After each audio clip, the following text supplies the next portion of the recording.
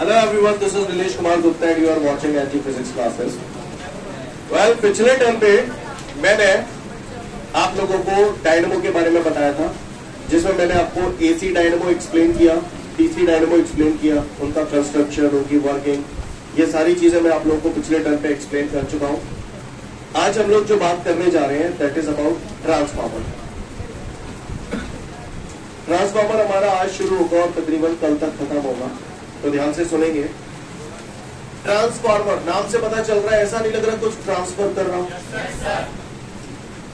Transformer एक device होता है जिसके जरिए हम लोग, देसी में समझाता हूं आपको, लो वोल्टेज को हाई वोल्टेज में कन्वर्ट करना हो या हाई वोल्टेज को लो वोल्टेज में कन्वर्ट करना हो, तो उसके लिए हम लोग जिस डिवाइस का इस्तेमाल करते हैं उसे बोलते हैं ट्रांसफार्मर. क्या बोलते हैं? कोई पूछे ट्रांसफार्मर क्या होता है तो हम उसे बोलेंगे transformer is a device by which we can convert low alternating EMF into the high alternating EMF और high alternating EMF into the low alternating EMF. Clear है? ट्रांसफार्मर एक ऐसा डिवाइस है जिसके जरिए हम लो वोल्टेज को हाई वोल्टेज में कन्वर्ट कर देते हैं या हाई वोल्टेज को लो वोल्टेज में कन्वर्ट कर देते हैं. ध्यान दीजिएगा थोड़ा सा.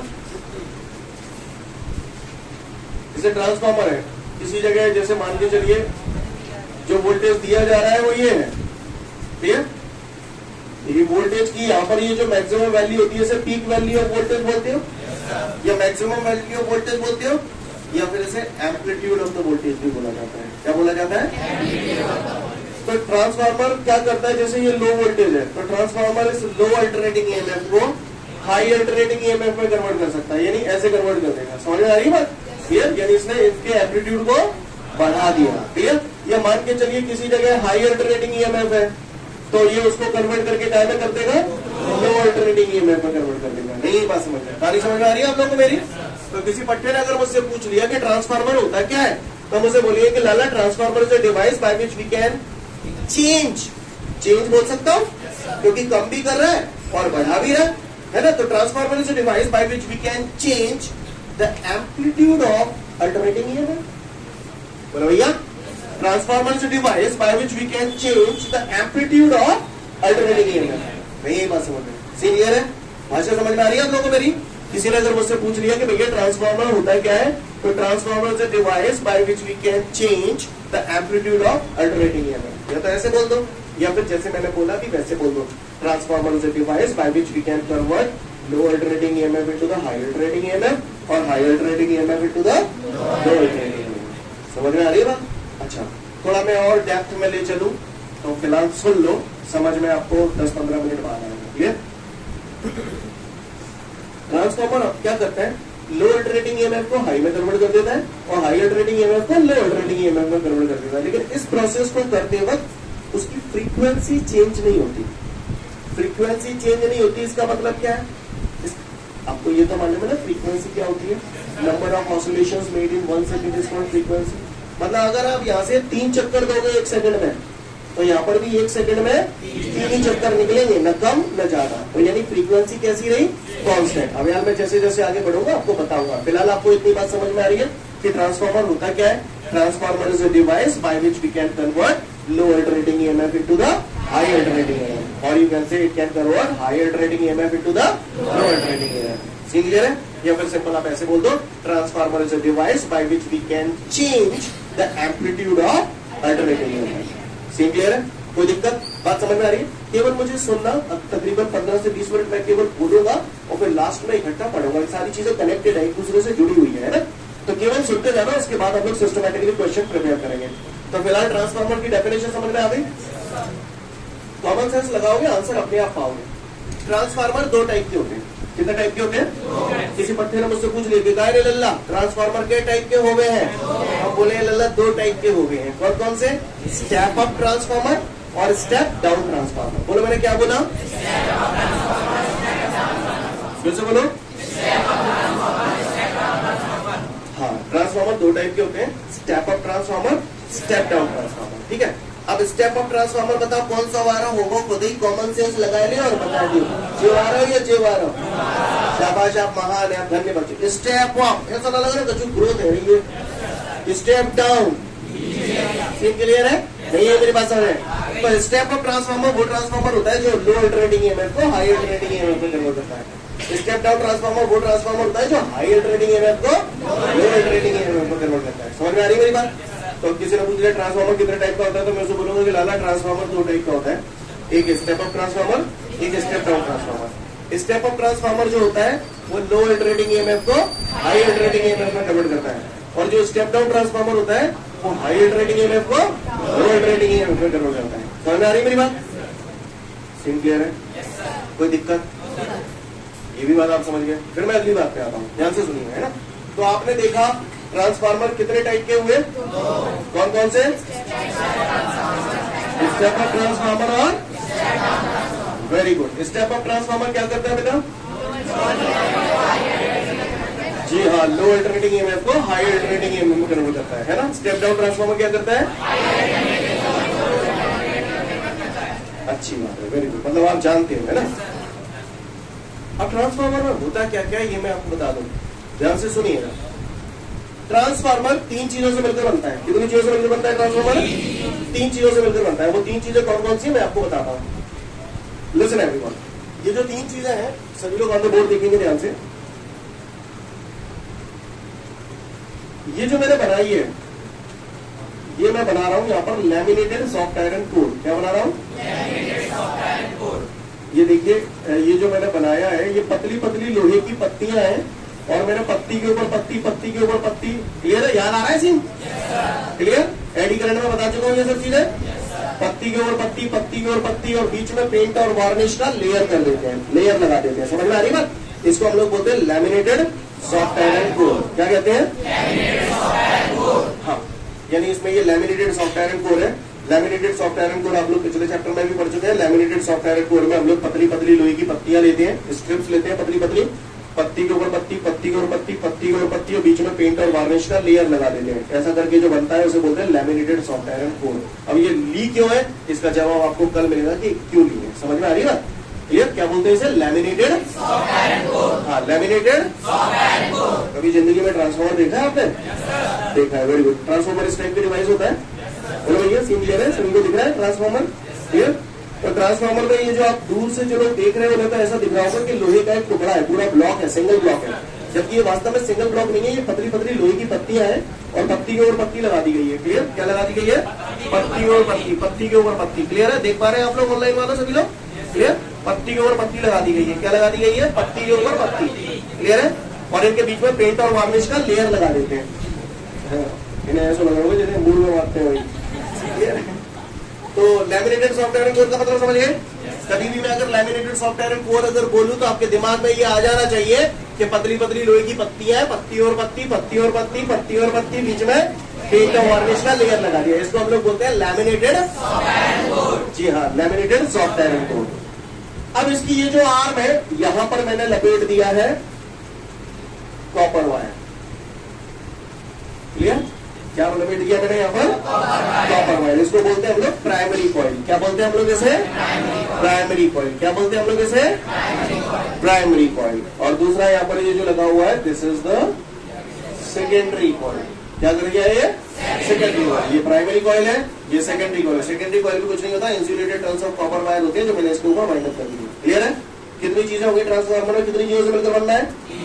नाम बोलो। Laminated soft iron core, primary coil and secondary coil. एक बार फिर से बोल दो।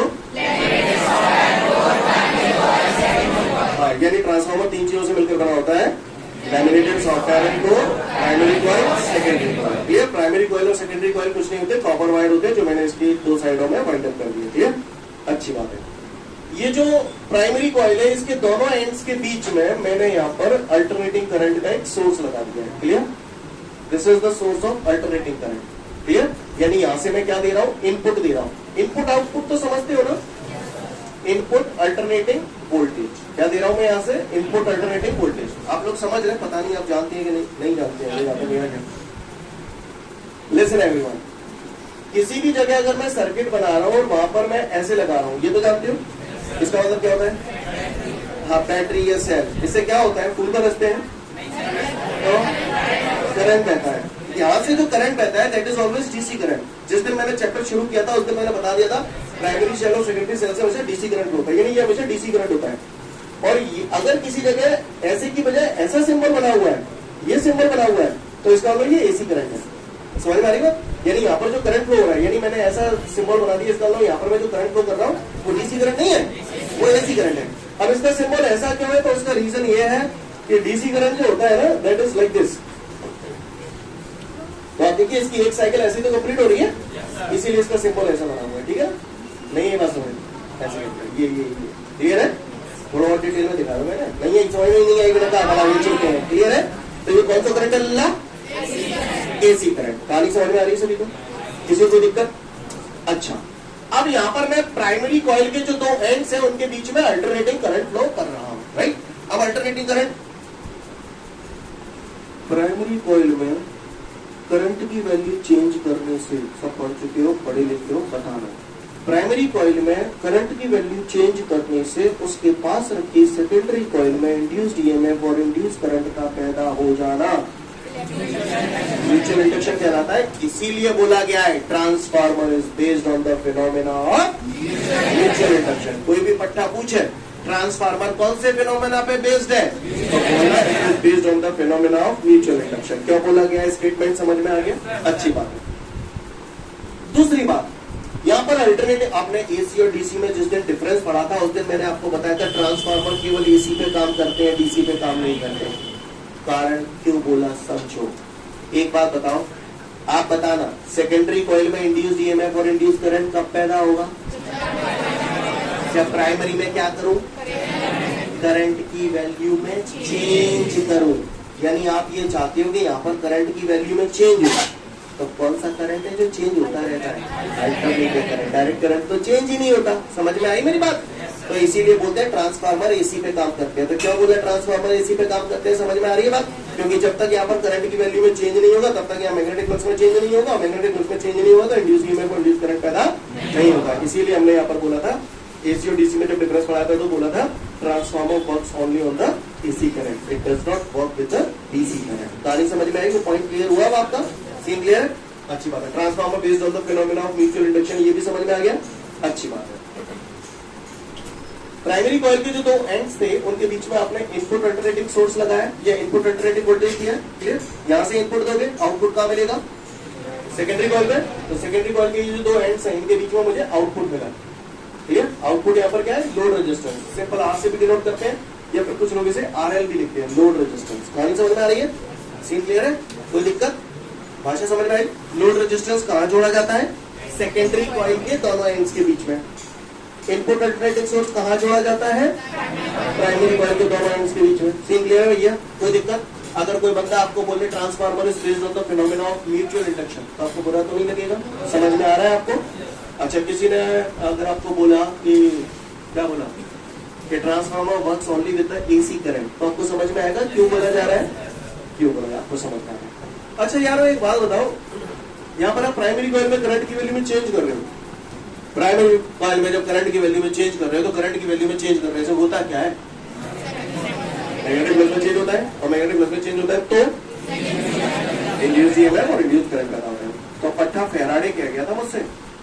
फेराडे अपने सेकंड लॉ में मुझसे ये बोल गया था induced EMF is directly proportional to rate of change of magnetic flux, E is equal to minus d by dt. लेकिन अगर कॉइल के अंदर अगर n नंबर ऑफ टर्न हो तो E is equal to minus N d by dt.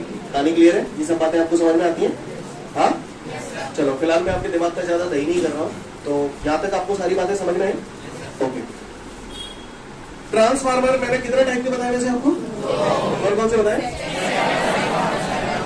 Step up transformer और step down transformer. ठीक है, चलिए देखते हैं हम लोग. ये मैंने इसका एक मॉडल बनाया है. आपको इतना कॉम्प्लेक्स फिगर बनाने की जरूरत नहीं है. आप लोग सिंबॉलिक डायग्राम बना दिया करो. कैसे बनाने हैं वो मैं आपको बताता हूँ. ठीक है, हम लोग थोड़ा सा स्टेप अप और स्टेप डाउन के बारे में बात कर रहे हैं. कुछ बातें आपको अभी के भी समझ में आएंगी, कुछ बातें आपको कल तक समझ में आएंगी इसमें, है ना? इसलिए ध्यान से सुनना. एक होता है स्टेप अप ट्रांसफार्मर, एक होता है स्टेप डाउन ट्रांसफार्मर. ठीक है भैया? कितने टाइप के ट्रांसफार्मर है? 2 टाइप के. कौन कौन से हैं? लिसन, ट्रांसफार्मर कितनी चीजों से मिलकर बना है बाय द वे? नाम बोलो. Laminated soft iron core, primary coil, secondary coil. चलो अच्छी बात है, तो ध्यान से देखिए। सबसे पहले मैं बात कर रहा हूँ स्टेप ऑफ ट्रांसफार्मर। अभी क्लियर, ध्यान से हर एक पॉइंट को सुनना तो ऑटोमेटिकली याद हो जाएगा आपको, ठीक है। स्टेप ऑफ, ऐसा नहीं लग रहा ग्रो पूरा। तो स्टेप ऑफ ट्रांसफार्मर में ये पॉइंट मुझे समझ में आता है कि स्टेप ऑफ ट्रांसफार्मर जो होते हैं वो लो अल्टरनेटिंग ईएमएफ को, जैसा कि मैंने डेफिनेशन में बोला था, राइट, ठीक है। स्टेप ऑफ ट्रांसफार्मर बना रहा हूं, तो इसमें मैंने बेटा ये आपकी जो बनाई है,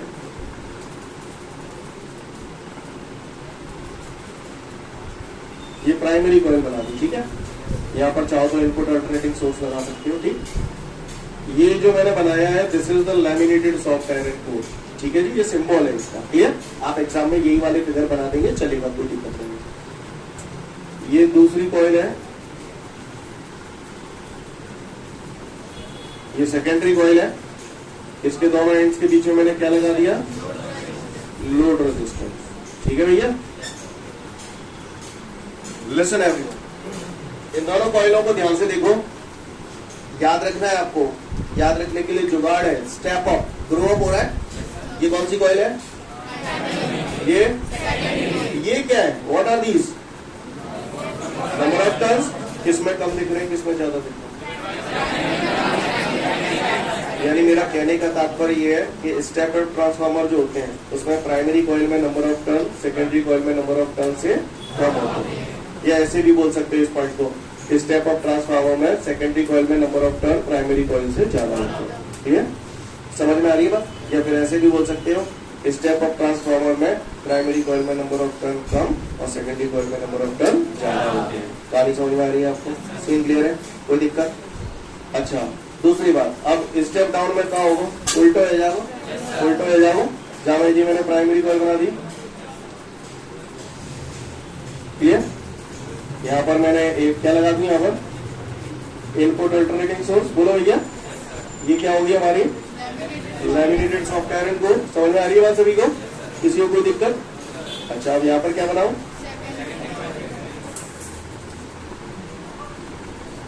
ठीक है, यहाँ पर क्या लगा दूं मैं, लोड रेजिस्टेंस। कहानी समझ में आ रही है सभी को, कोई दिक्कत, आगे बढ़ूं, अच्छी बात है। दो याद करने की जरूरत नहीं, एक क्वेश्चन से समझ लें, दूसरा उसका उल्टा हो जाएगा, ध्यान से सुनिएगा बस, क्लियर। स्टेप अप ट्रांसफार्मर में प्राइमरी कॉइल में नंबर ऑफ टर्न कम और सेकेंडरी कॉइल में नंबर ऑफ टर्न ज्यादा होते हैं, या ऐसे भी बोल सकता हूँ, स्टेप अप ट्रांसफार्मर में प्राइमरी कॉइल में number of turn secondary coil से कम होते हैं। इसको आप बोलो, मैं बोलता हूँ पूरा आप कर देना। स्टेप डाउन ट्रांसफार्मर में प्राइमरी कॉइल में number of turn secondary coil से, फिर से बोल रहा हूँ, स्टेप डाउन ट्रांसफार्मर में सेकेंडरी कॉइल में number of turn primary coil से, समझ रहे हो आप बात को, बातें एक ही, कहने का अंदाज अलग अलग है। इसको ऐसे भी बोल सकता हूँ, स्टेप डाउन ट्रांसफार्मर में प्राइमरी कॉइल में number of turn and secondary coil में नंबर ऑफ टर्न, ओके, बोल पाओगे इस पॉइंट को। और वैसे भी नंबर ऑफ टर्न मुझे पता है, स्टेप अप बढ़ रहे हैं, प्राइमरी से सेकेंडरी बढ़ रहे हैं, क्लियर है। चलो आगे बताओ। चूतिया बनती है पर काम बनता है, रीजन कल आएंगे आपके सामने। इन दोनों का अगर वो वजन बराबर करना है दो लं को, जो को, तो कौन सी को तार मोटो लो, कौन सी को पतलो लो। आप देखो जाके तार मोटे मोटे दिख रहे हैं, जाके पतले। यानी कहने का तात्पर्य है कि स्टेप अप ट्रांसफार्मर में प्राइमरी कॉइल का वायर थिक होता है as compare to secondary coil, या ऐसे बोल दो, स्टेप अप ट्रांसफार्मर में प्राइमरी कॉइल का वायर थिक होता है, सेकेंडरी कॉइल का वायर थिन होता है। यहाँ पर सेकेंडरी कॉइल का वायर थिक होता है, प्राइमरी कॉइल का वायर थिन होता है। सीन क्लियर है। अब ये क्यों होता है इसका रीजन कल आएगा आपके सामने, जब मैं आपको कॉपर लॉस पढ़ाऊंगा तब, क्लियर है। फिलहाल यहाँ तक बात समझ में आ रही है। स्टेप अप ट्रांसफार्मर में प्राइमरी कॉइल का वायर मोटा होता है सेकेंडरी कॉइल से, क्लियर, और स्टेप डाउन ट्रांसफार्मर में सेकेंडरी कॉइल का वायर मोटा होता है प्राइमरी कॉइल से, ओके। अगली बात, स्टेप अप ट्रांसफार्मर वोल्टेज बढ़ाता है, स्टेप डाउन ट्रांसफार्मर वोल्टेज घटाता है। सीन क्लियर है, वोल्टेज समझ में आ गया, नंबर ऑफ टर्न का कॉन्सेप्ट क्लियर हो गया आपको, सीन क्लियर है, मोटा पतला क्लियर हो गया।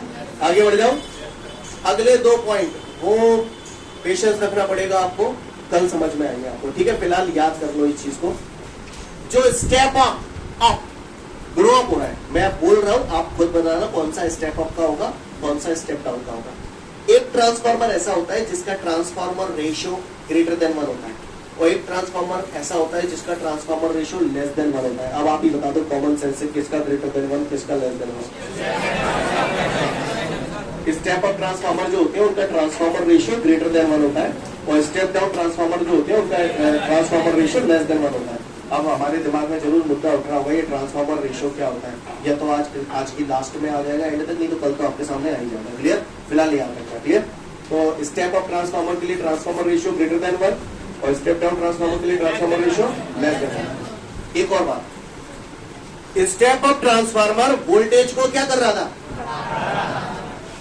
स्टेप अप ट्रांसफार्मर वोल्टेज को बढ़ाता है लेकिन करंट को घटाता है। क्यों, रीजन करके आएगा सामने, या फिर आज आ जाएगा थोड़ी देर में। ठीक है ना, क्लियर है। स्टेप अप ट्रांसफार्मर वोल्टेज बढ़ाता है तो करंट को, यानी step up transformer decreases the strength of current और step down transformer increases the strength of current. जितनी भी बातें मैंने बोली क्लियर है, बात समझ में आ रही है सभी को, कोई दिक्कत। मैं फटाफट एक बार बोल रहा हूँ। स्टेप अप ट्रांसफार्मर वोल्टेज बढ़ाता है, करंट आप बताओ। मैं नहीं बोलूंगा, अभी बताना, मैं तो आधे पत्ते बोलूंगा। ठीक है ना, समझ गए। Step up transformer voltage, current, transformer ratio greater than 1। समझ गए। अच्छा, मोटा पतला कौन सा होता है, प्राइमरी कॉइल का मोटा होता है, सेकेंडरी कॉइल का पतला होता है। Number of turn primary coil में कम होते हैं, सेकेंडरी कॉइल में ज्यादा होता है। उल्टा स्टेप डाउन हो जाएगा। कहानी क्लियर है सभी को, इतनी बात जो मैंने बोली अभी तक समझ में आई, कोई दिक्कत। ठीक है, तो अब हम इसे पढ़ना शुरू करते हैं, 1 बाय 1 हम लोग पढ़ेंगे। सबसे पहला क्वेश्चन आप लोगों के सामने है, ट्रांसफार्मर की डेफिनेशन दी गई होगी आपको, है ना। ट्रांसफार्मर की डेफिनेशन के बाद टाइप्स ऑफ ट्रांसफार्मर दिया हुआ है ना। इन दोनों क्वेश्चनों को फटाफट पढ़ लो, और इसके बाद एक आध पन्ना छोड़ के स्टेप अप और स्टेप डाउन ट्रांसफार्मर में डिफरेंस दिया है, मिला कहीं, है ना। इतने फटाफट निपटाओ, फिर मैं आगे बढ़ूंगा। मैं उम्मीद करता हूँ यहाँ तक सभी ने पढ़ लिया होगा। अब मैं आगे बढ़ रहा हूँ, गौर से सुनिएगा सब लोग। यहाँ पर जब आपने ये डेफिनेशन पढ़ी होगी इनकी, स्टेप अप ट्रांसफार्मर और स्टेप डाउन ट्रांसफार्मर की, तो उसमें आपने ये पढ़ा था कि भैया step up low alternating EMF को, लेकिन without change in its frequency. ये without change in its frequency का मतलब क्या है, सुनो मुझे। वैसे तो मैंने वेल बताया था थोड़ी देर पहले, यहाँ फ्रीक्वेंसी चेंज नहीं होती है, सेम रहती है। मैंने बचपन में पढ़ा था, फ्रीक्वेंसी का मतलब होता है number of revolutions made in 1 second, it's called frequency, right. आप यहाँ से इनपुट देते हो, यहाँ से इनपुट देते हो, यहाँ पर आउटपुट होता है, राइट। अब मान के चलिए यहाँ पर जो आपने जो इनपुट दिया, सपोज करो 1 सेकंड में यहाँ पर लो अल्टरनेटिंग ईएमएफ के 3 चक्कर जा रहे हैं, 1 2 3। 1 सेकंड में यहाँ से 3 चक्कर गए, तो जब बेटा आपको यहाँ पर आउटपुट मिलेगा ना, तो 1 सेकंड में 3 ही चक्कर मिलेंगे, ना कम न ज्यादा। समझ गए। एक चक्कर यहाँ खत्म, ये दूसरा चक्कर यहाँ खत्म, और तीसरा चक्कर यहाँ खत्म। कहानी समझ में आ रही है आप लोगों को भैया, क्लियर है। यानी जब स्टेप अप ट्रांसफार्मर लो वोल्टेज को हाई वोल्टेज में कन्वर्ट करता है ना, तो उसकी फ्रीक्वेंसी चेंज नहीं होती, फ्रीक्वेंसी वही रहती है। जितने ऑसिलेशन 1 सेकंड में यहाँ से पास होंगे, उतने ही हमें आउटपुट पे 1 सेकंड में उतने ही ऑसिलेशन मिलेंगे। कहानी समझ में आ रही है आपको, आगे बढ़ जाऊं। अब मैं बात करता हूँ इसके प्रिंसिपल की, principle and working of transformer. तो भैया बातों में मैं अगल बोल गया था, क्या हो रहा है ट्रांसफार्मर में, प्राइमरी कॉइल में करंट की वैल्यू में चेंज कर रहे हो, और प्राइमरी कॉइल में करंट की वैल्यू में चेंज करने से क्या हो रहा है, सेकेंडरी कॉइल में इंड्यूस ईएमएफ और इंड्यूस करंट पैदा हो रहा है। ऐसा आपने बोला था मुझसे भी, है ना। क्लियर है सभी को, जो मैंने बोला आपको समझ में आया। तो भैया करंट की वैल्यू में चेंज कर रहे हैं, करंट की वैल्यू में चेंज होने से मैग्नेटिक फ्लक्स में चेंज होता है, और मैग्नेटिक फ्लक्स में चेंज होता है तो इंड्यूस ईएमएफ और इंड्यूस करंट पैदा होता है। तो यहाँ मैंने तो फैराडे का सेकंड लॉ पढ़ा था, E is equal to minus d∅dt, और अगर n नंबर ऑफ टर्न हो तो E is equal to minus n d∅dt। ये सब बातें समझते हैं आप लोग। तो भैया प्राइमरी कॉइल में जो इंड्यूस्ड ईएमएफ पैदा होगा according to Faraday second law, मैं यहाँ लिख देता हूँ, according to Faraday second law. Faraday second law हम सभी लोग जानते हैं, रेटोडरो ना रेटोडरो, रेटोडरो, ठीक है। तो according to Faraday second law, E is equal to minus n d∅dt। Primary coil की बात करूंगा तो EP NP, EP का मतलब induced EMF in the primary coil, number of turn in the primary coil. Clear. Secondary coil के लिए लिखूंगा तो क्या लिखूंगा बताओ? ES is equal to minus NS d phi upon equation number 1, equation number 2। यहां पर नोटिस करें थोड़ा सा, यहां पर P लिखा, यहां पे P लिखा, तो फाई के साथ P क्यों नहीं लिखा? फाई के साथ S क्यों नहीं लिखा? कोई बोलना चाहेगा? हाँ,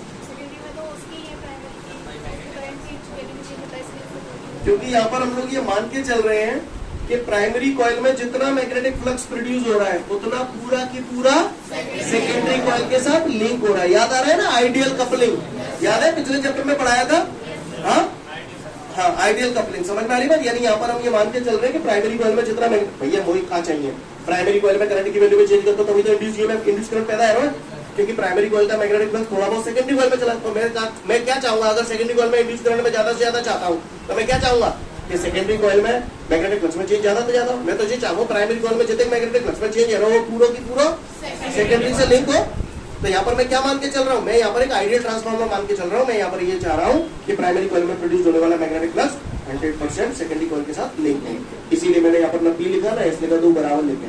इसका मतलब मैंने ये माना है कि प्राइमरी कॉइल में प्रोड्यूस होने वाला मैग्नेटिक फ्लक्स 100% सेकेंडरी कॉइल के साथ लिंक है। मेरी बातें वही समझ पा रहे हो जिन्होंने जब वो आइडियल कपलिंग वगैरह सब पाई थी। क्लियर है? चलो आगे बढ़ते हैं। Divide equation 2 by equation 1। दोनों इक्वेशंस को मैं डिवाइड कर रहा हूं। तो LHS में LHS का, RHS में RHS का।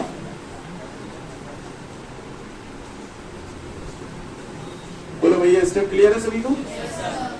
d5/dt से d5/dt कट जाएंगे, माइनस से माइनस कट जाएंगे। सेम क्लियर है सभी को? किसी को कोई दिक्कत? आगे बढ़ जाऊं।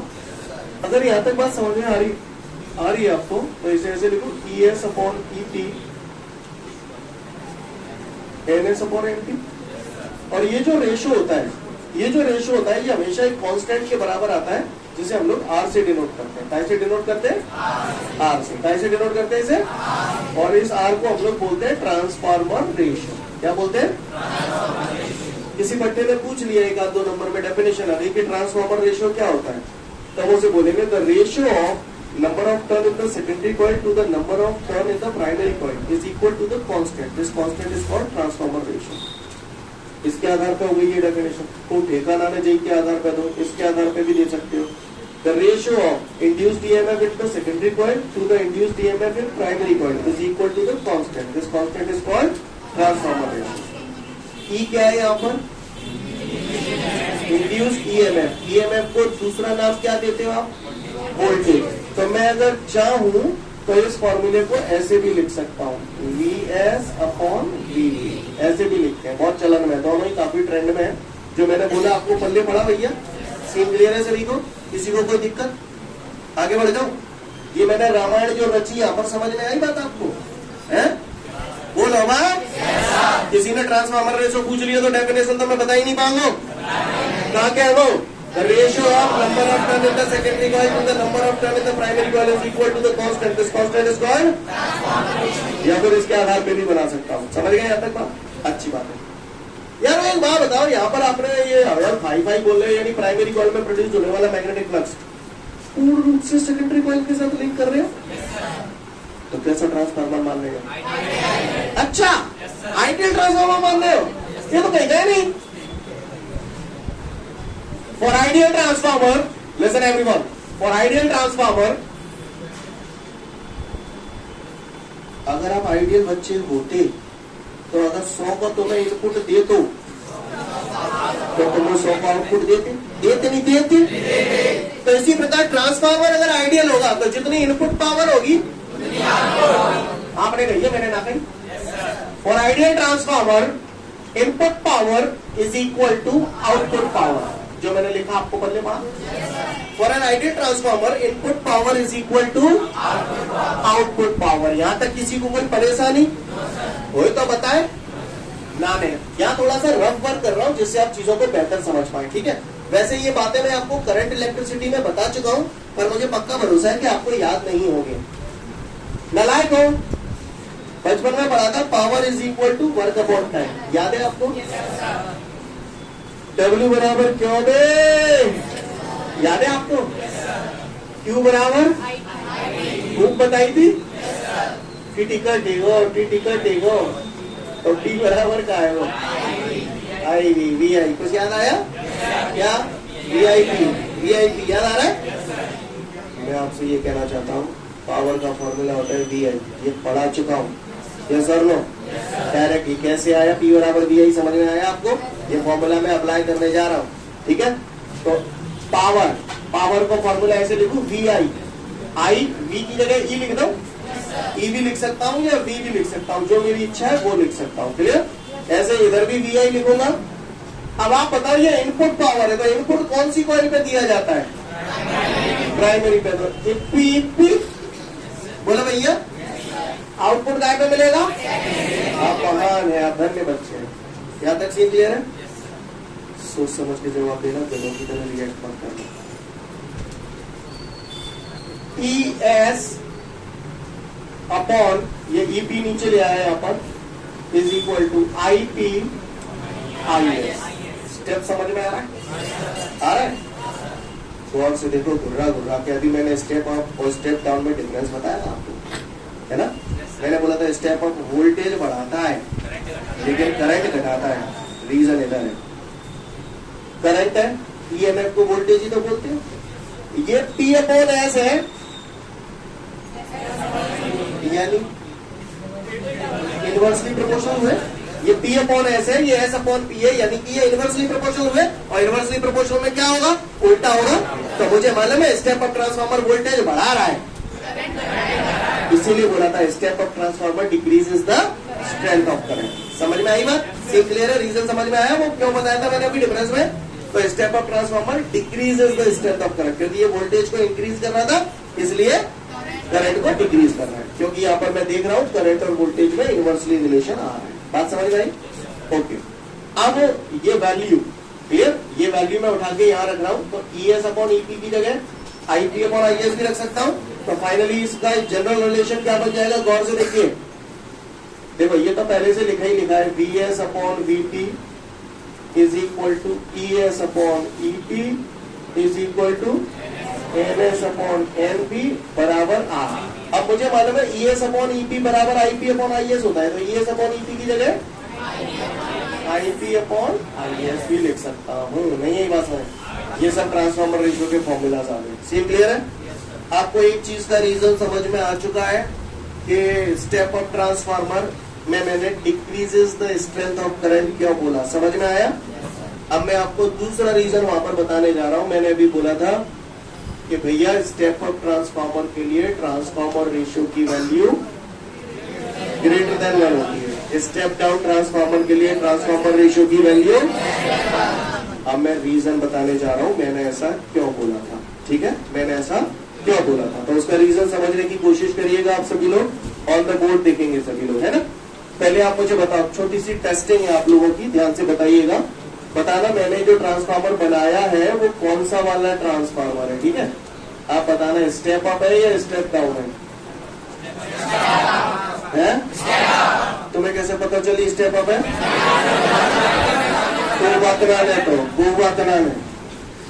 ये number of turn in primary coil मन से मान ले, मैंने मन से मान लिया 5, ठीक है?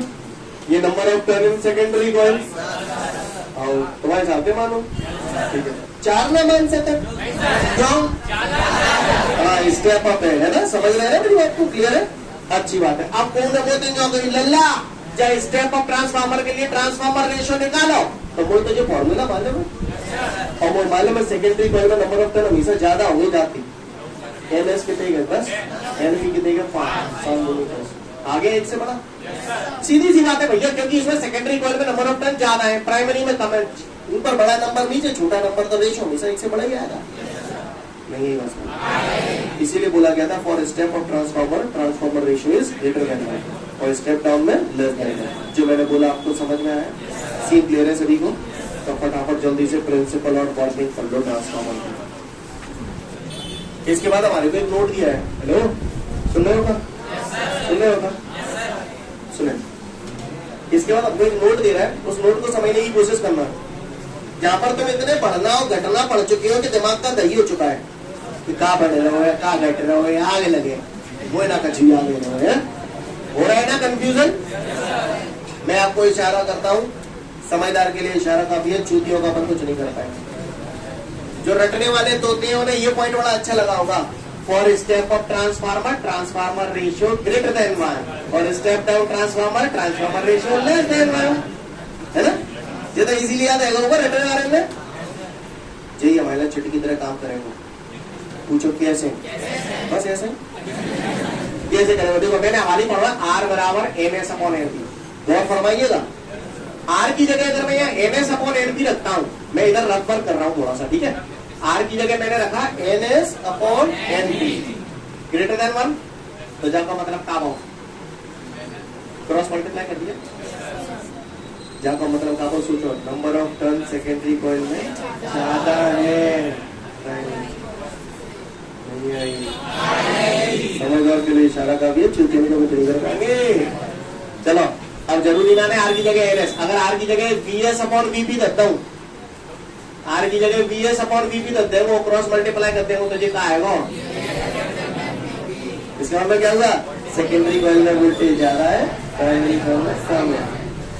यही तो जो पॉइंट बन जाओ। आर की जगह ये भी तो लिख सकता हूँ आईपी अपॉन आईएस, बोलो भैया। तो मैंने लिख दिया IP upon IS, cross multiply कर दूंगा तो क्या हो जाएगा? आईपी ग्रेटर देन आईएस, यानी प्राइमरी कॉइल में करंट ज्यादा है, सेकेंडरी में कम है। यानी ये क्या कर रहा है? करंट बढ़ा रहा है कि घटा रहा है? प्राइमरी कॉइल में करंट ज्यादा है, सेकेंडरी में कम है, तो इसका मतलब क्या कर रहा है? अबे कमीना, आज तुम्हारी जेब में 100 का नोट है, कल 50 का रह जाए, बढ़ गए घट गए? नोटों में बड़ी जल्दी समझ जाता हूँ। क्लियर? प्राइमरी को अच्छा कहीं टेस्ट में जाने ऐसे हो गए ना पता कि बड़ा है कि छोटा है? तो प्राइमरी कॉइल में is greater than current in secondary coil, यानी प्राइमरी कॉइल में करंट ज्यादा है, सेकेंडरी कॉइल से प्राइमरी में करंट ज्यादा है, सेकेंडरी में कम है, तो ये करंट को क्या कर रहा है? घटा रहा है, decreases the strength of current. ऐसे ही अपन स्टेप डाउन के लिए बता लेंगे। नहीं है मेरी बात समझो? तो वो नोट देख लो, नोट में वही लिखा हुआ है, समझ जाओगे आप लोग। ठीक है, तो फिर आज के लिए पर्याप्त है, कल फिर मिलते हैं। Thank you everyone, have a great day to all of you guys.